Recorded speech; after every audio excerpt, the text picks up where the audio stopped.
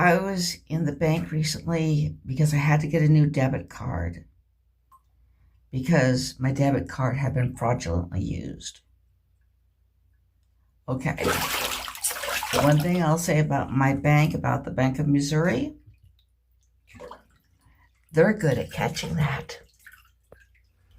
They caught it immediately that on the day it was used fraudulently, they contacted me about it. And I told them I didn't use it for the purpose that it was used. And they refunded the money.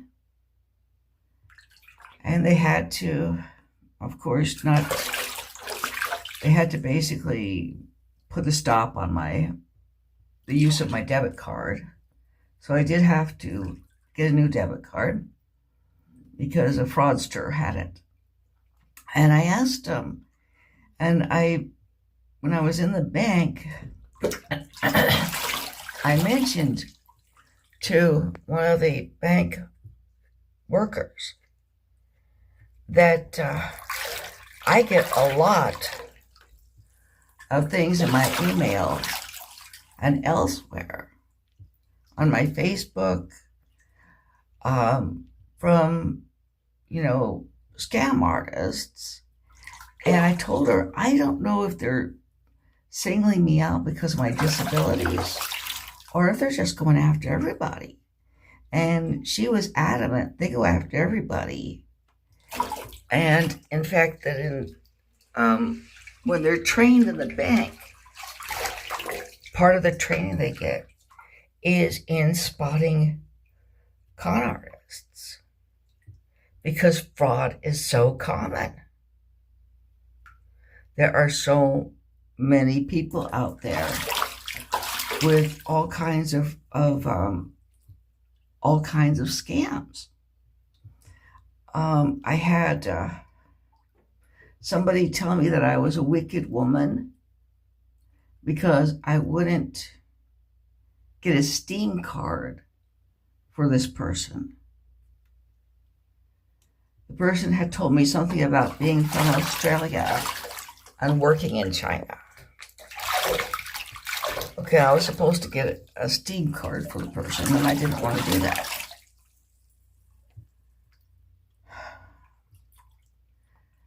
Okay, I have seen things on television about a woman who thought she was in love with a man who had given her a name, date of birth, but he wouldn't give her his picture. He said that his phone didn't take pictures. Now, almost all phones take pictures these days. For some reason, his phone didn't take pictures. But surely he must know somebody who has a phone that takes a picture. Okay. Yeah. That's a major red flag. A major red flag.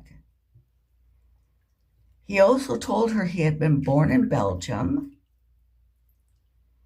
and that he was currently working in England. But he was having problems with his business. And he needed her to send him money so he could build up his business and get it out of trouble. She had sent him over $200,000. But she didn't send it to England, where he supposedly was. She sent it to Nigeria. It seems to me like there's some red flags there. Now, even though he said he was in love with her, he won't send her a photograph. He says he's in England and he has her sending all this money to Nigeria.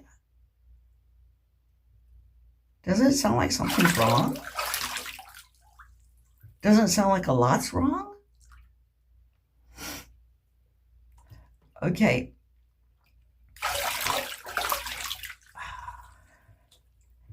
I've also had somebody contacted me. It was supposed to be somebody that I did know that he had written for the same publication, who said that he was, well, as a matter of fact, he was visiting England.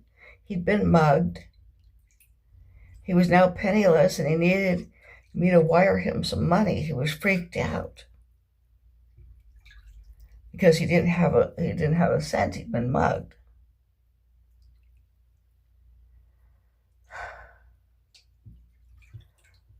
A day or two later, I was contacted by him, the same person who said, "No, Virginia, I was not in England. I was not mugged. Somebody had hijacked his email."